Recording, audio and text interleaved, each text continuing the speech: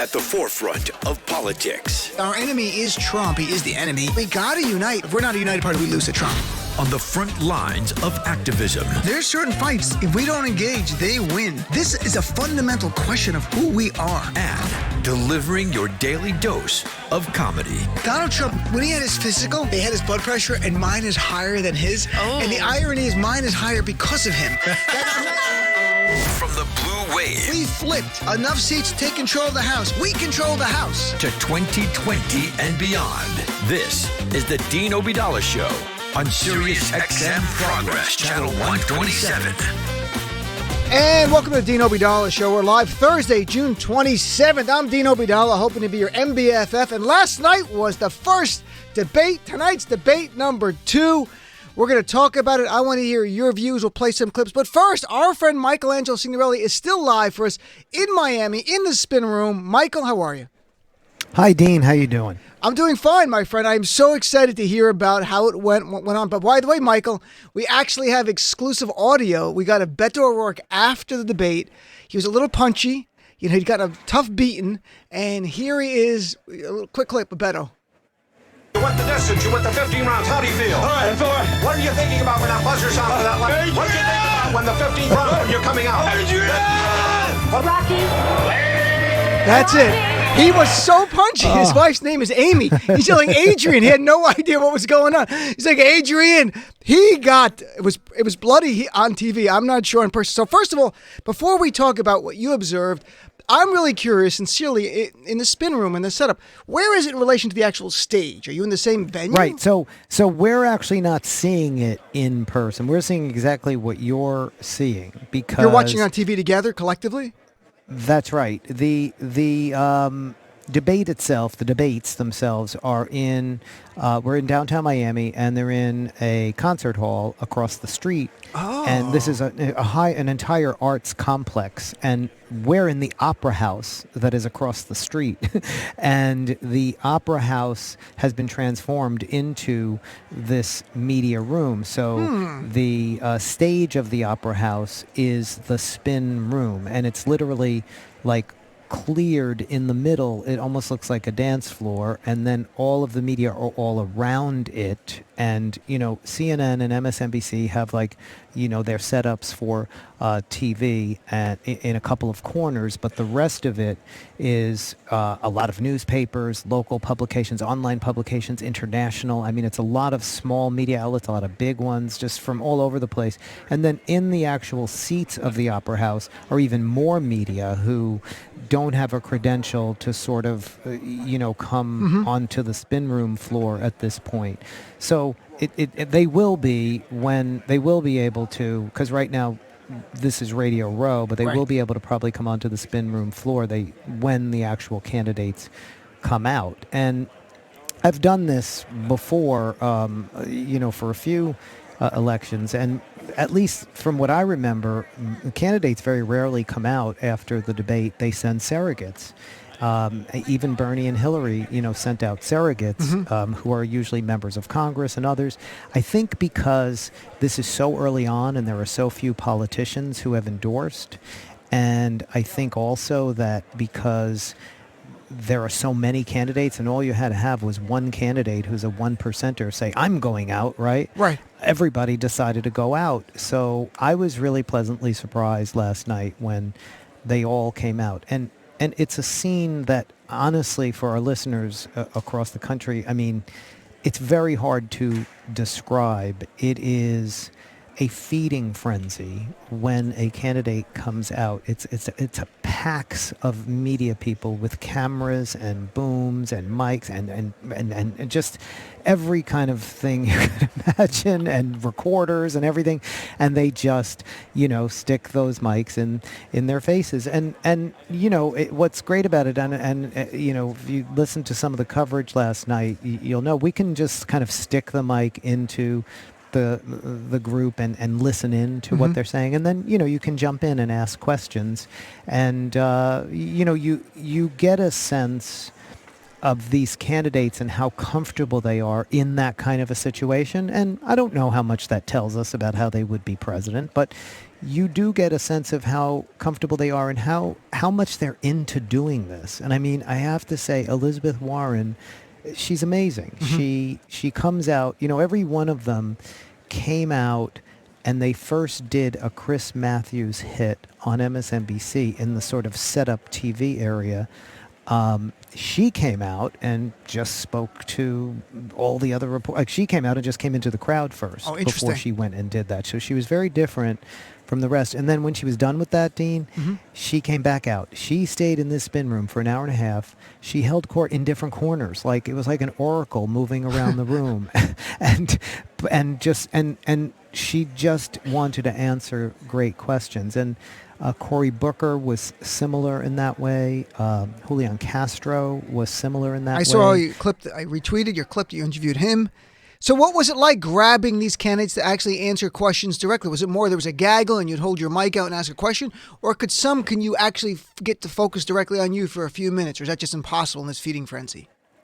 Both. Okay. Kind of both could happen. Like, I mean, with some, you're competing with, 10 people, and it just depends on if you yell loud enough and get your question out. You know what I mean? Right. With others, maybe you get the attention of their press guy and you say, I really want to ask a question. They make sure they speak to you. With Julian Castro, I had a nice interaction.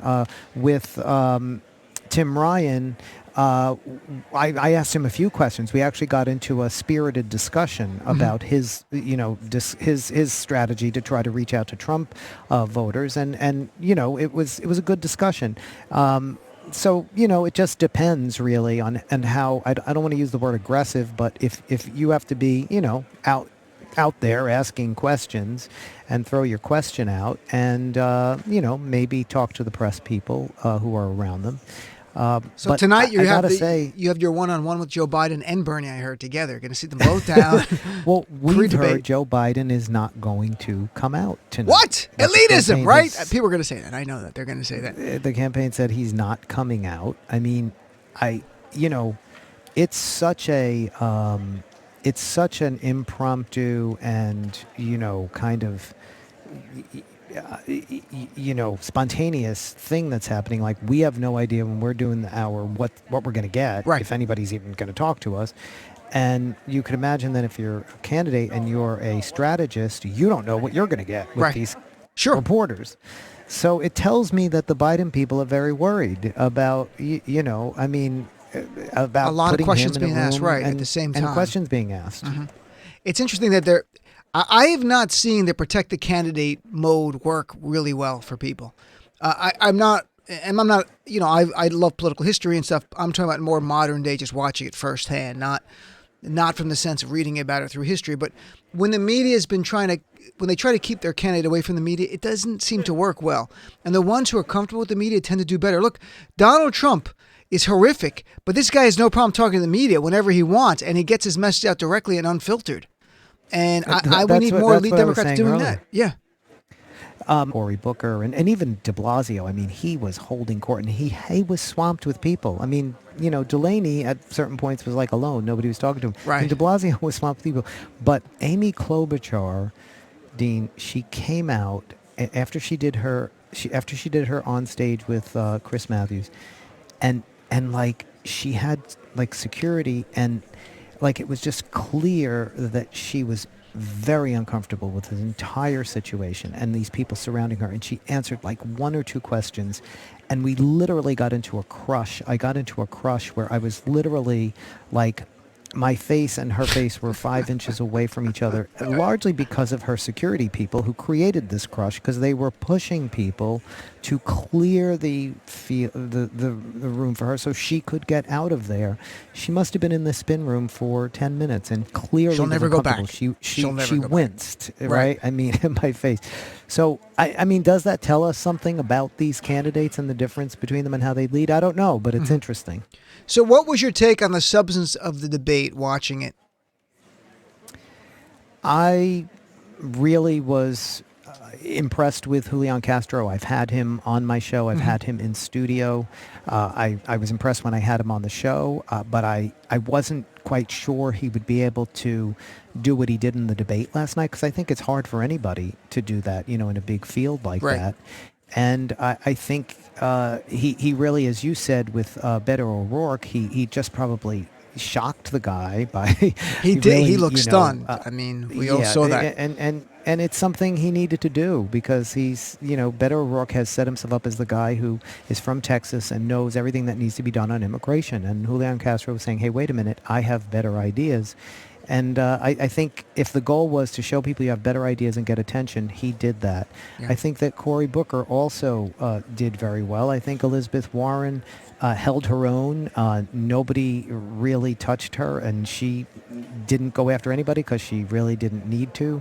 I thought it was a good exchange overall, except when later Chuck Todd and Rachel came in. I think it changed the tenor of it a bit. But I was, glad to see these people engaging. I think it's unfortunate we have two different nights and we can't see them engage with the others.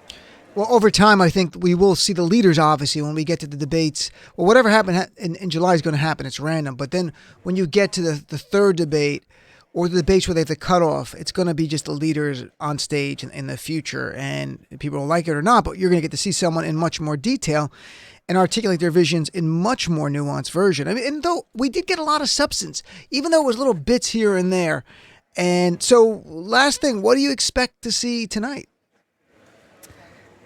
Tonight, I think we're going to see some of these candidates reacting to what happened last night. I think it probably changed the game plan for a few of them, because the flashpoints last night were things probably people didn't expect. Immigration became a flashpoint in terms of the issue of decriminalizing crossing the border, right? Julian Castro made it that. He challenged everybody, and I think that's going to be an issue.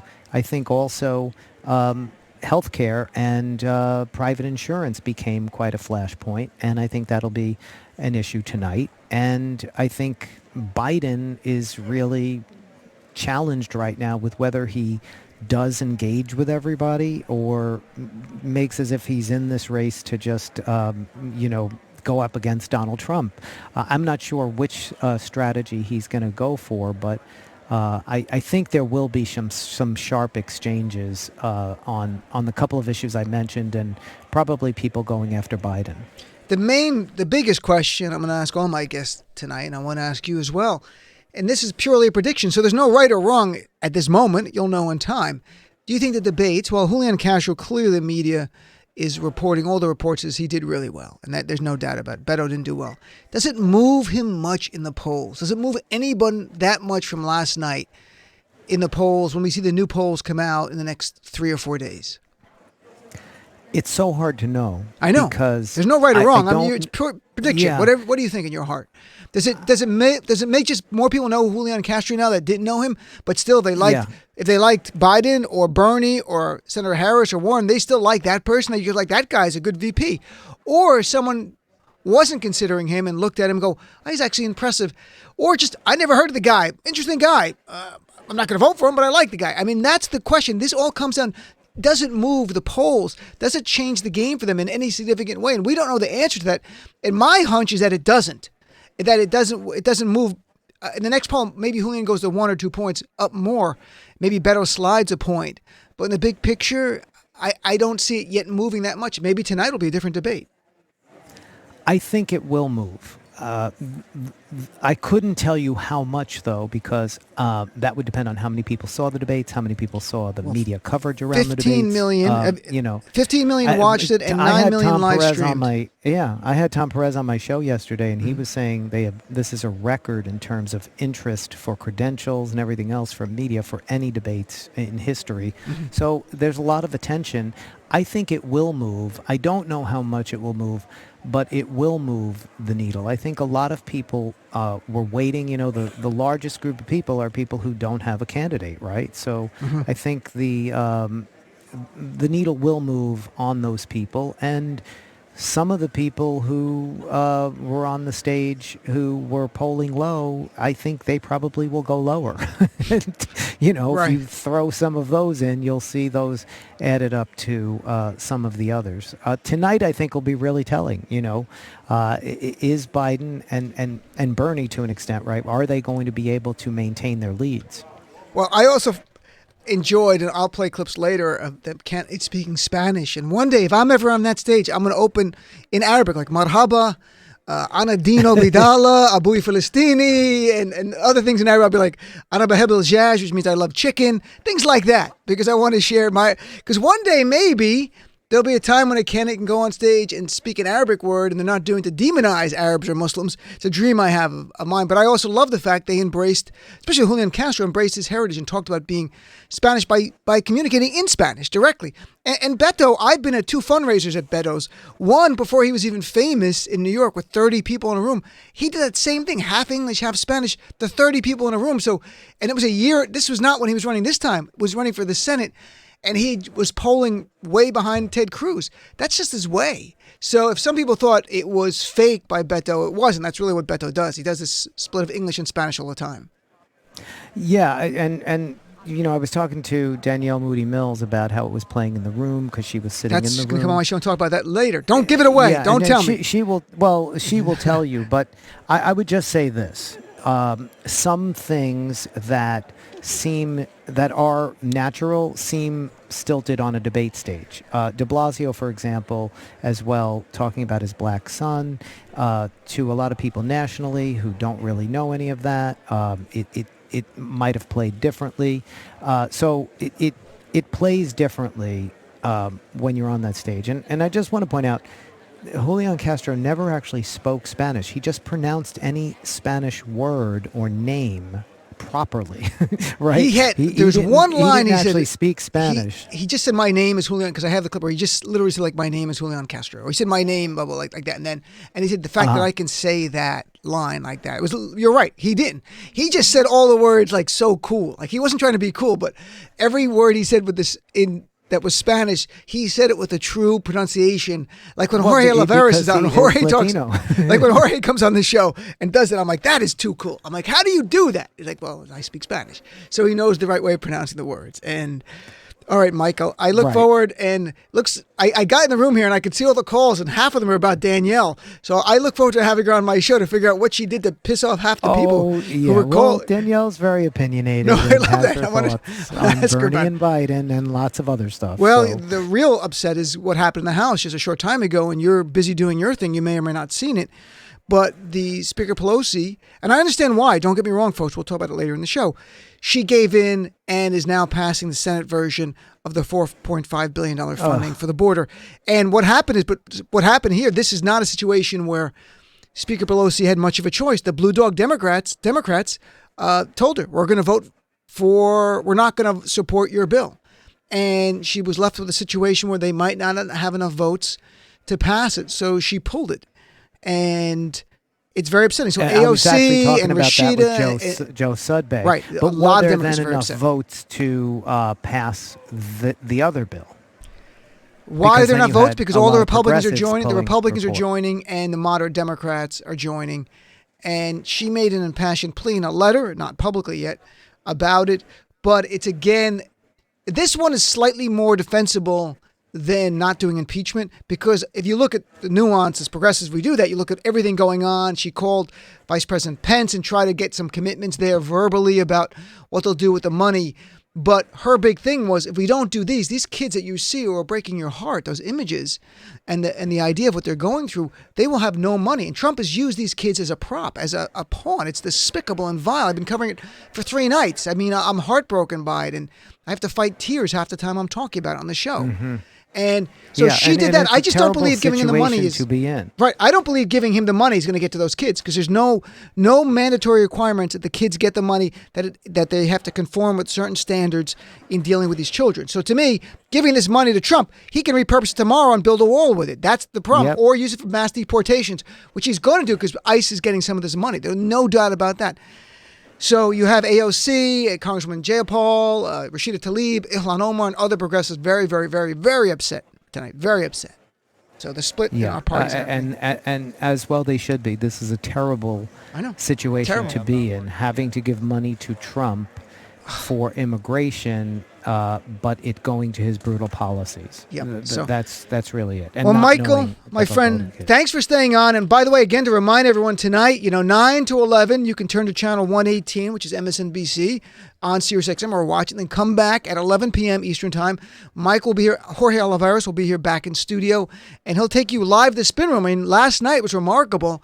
Who knows tonight, except for Biden, who comes in? And it could be truly groundbreaking news-making event. So stick around, folks. Thanks, Mike. Thanks for your time, Dean, my friend. And thanks for having me on. Great Sure. to speak with you. Nice chatting with you and as well. Have a great show. Thank you. So, folks, we'll take a break, come back. I want to hear from you. I'll play a few clips, but I really want to hear from you. We have guests. We're not packed with guests because I do want to hear from my fellow Democrats and progressives what you thought of the candidates. So I'll play a few clips to get us going when I come back. And we'll break it all down. And also looking forward to tonight. What do you expect to see? What do you think we're going to see? What do you want to see? Especially if your candidate's in the field tonight. What are you hoping to see from that candidate? So let's take a break, come back. I want to hear from you. 866-997-4748. You're listening to the Dean Obeidallah Show, where we crush Trump's lies every single day.